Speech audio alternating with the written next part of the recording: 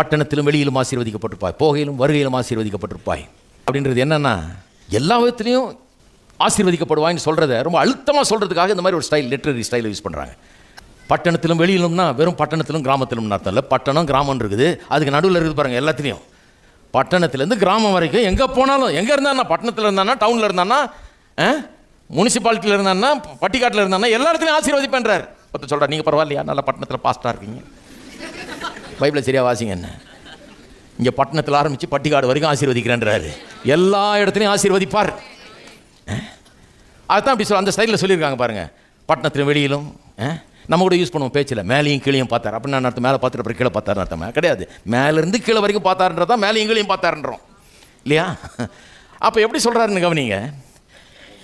தேவனாய கர்த்தருக்கு செவி கொடுக்கும்போது 2ஆம் வசனம், இப்பொழுது சொல்லப்படும் ஆசீர்வாதங்கள் எல்லாம் உன்மேல் வந்து உனக்கு பலிக்கும், நீ பட்டணத்திலும் ஆசீர்வதிக்கப்பட்டிருப்பாய், வெளியிலும் ஆசீர்வதிக்கப்பட்டிருப்பாய். அப்படின்னு என்ன அர்த்தம்? எல்லா இடத்துலையும் ஆசீர்வாதம். எங்கே போனீங்க, எந்த ஊர்னு, துபாயில் இல்லை ஆசீர்வாதம், ஆசீர்வாதம் அமெரிக்காவில் இல்லை, ஆசீர்வாதம் அபுதாபியில் இல்லை, பசுவாகத்திலே கூட கிடைக்கும் ஆசீர்வாதம். எல்லா இடத்துலையும் ஆசீர்வாதம் இல்லையா? உன் கற்பத்தின் கனியும் உன் நிலத்தின் கனியும் உன் மாடுகளின் பெருக்கும் நாடுகளின் மந்தையுமாகிய உன் மிருக ஜீவன் பலனும் ஆசீர்வதிக்கப்பட்டிருக்கும். அப்படின்னா என்ன அர்த்தம்? இல்லைங்க, என்கிட்ட ஆடு மாடலாம் ஒன்றும் கிடையாது. வெறும் ஆடு மாடியாக சொல்கிறாரு. ஏன் அப்படி சொல்கிறாரு? கற்பத்தின் கனி, நிலத்தின் கனி, ஆடு மாடுகளின் கனி. ஏன் சொல்கிறாரு? கற்பத்தின் கனினா குடும்பம், குடும்பத்தில் உள்ளவர்கள்.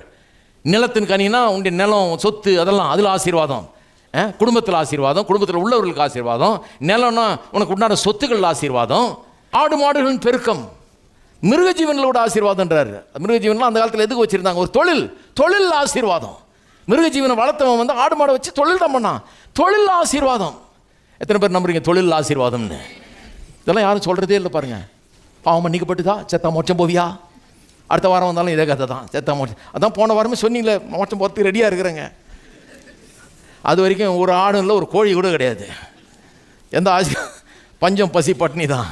சொல்கிறார் எல்லாத்துலேயும் ஆசீர்வாதம். கற்பத்தின் கனி, நிலத்தின் கனி, ஆடு மாடுகளின் கனி, எல்லாத்துலேயும் ஆசீர்வாதம். கூடையும் மாஸ்ப செய்கிற தொட்டியிலும் ஆசீர்வாதம். எல்லாத்துலேயும் ஆசீர்வாதம். அதை எப்படி சொல்கிறதுன்னு இப்படி ஒரு லிட்ரரி ஸ்டைலை யூஸ் பண்ணி சொல்கிறாங்க. எல்லாத்துலேயும் ஆசீர்வாதம். இப்படி திரும்பின ஆசீர்வாதம், அப்படி திரும்பின ஆசீர்வாதம், மேலே போன ஆசீர்வாதம், கீழே வந்த ஆசீர்வாதம், பட்டணத்தில் போன ஆசீர்வாதம், வெளியில் வந்த ஆசீர்வாதம், குடும்பத்தில் ஆசீர்வாதம், தொழில் ஆசீர்வாதம், எல்லாத்துலேயும் ஆசீர்வாதம். எத்தனை பேருக்கு சந்தோஷமாக இருக்குது கேட்குறது? வருகையிலும் ஆசீர்வதிக்கப்பட்டிருப்பாய், போகையிலும். அப்படின்னா என்ன அர்த்தம்? வருகையிலும் போகையிலும்னா வர்றப்போ மட்டும் போகிறப்ப மட்டும் இல்லை, வழியில் கூட எல்லாம் கவர் ஆகுது. அதுதான் சொல்கிறார். உனக்கு விரோதமாக எழும்பும் சத்துருக்கள் உனக்கு முன்பாக முறியடிக்கப்படும்படி ஒப்பு கொடுப்பார்.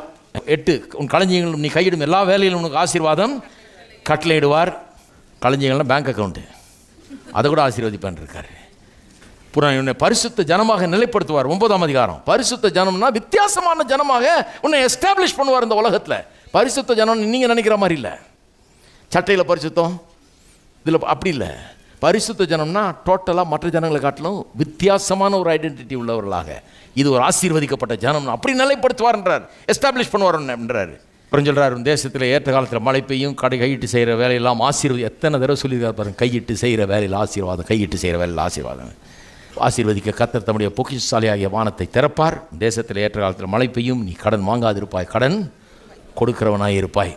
அப்புறம் சொல்லியிருக்கு, நீ வாளாகாமல் தலையாவாய், கீழாகாமல் மேலாவாய். என்ன அர்த்தம்? சபிக்கப்பட்ட பூமியிலும் ஆசீர்வாதம் என்கிற சக்தி பலமாய் வேலை செய்யும். இருக்கீங்களா? என் ஆண்டவருடைய அன்பு நம்மை ஆசீர்வதிக்கிறது. அன்பு மிகவும் வலிமை உள்ளது. பிரச்சனை எது? சாலமன் உன்னத பாட்டில் வாசிக்கிற 8ஆம் அதிகாரம் 6ஆம் வசனத்தில், love is stronger then death. மரணத்தை காட்டிலும் வலிமையானது அன்பு. தேவனுடைய அன்பு பாவத்தின் சம்பளமாக வந்த மரணத்தை காட்டிலும் வலிமையானதாக இருக்கிறது. நம்மை மீட்டு எடுத்து நம்மை தூக்குகிறது, நம்மை மாற்றுகிறது. நம்முடைய ஆவி, ஆத்மா, சரீரம், குடும்பம், பொருளாதாரம் என்று எல்லா விதத்திலும் நமக்கு ஆசீர்வாதத்தை உண்டு பண்ணுகிறது. அது நாளைக்கு இல்லை, இன்னைக்கே.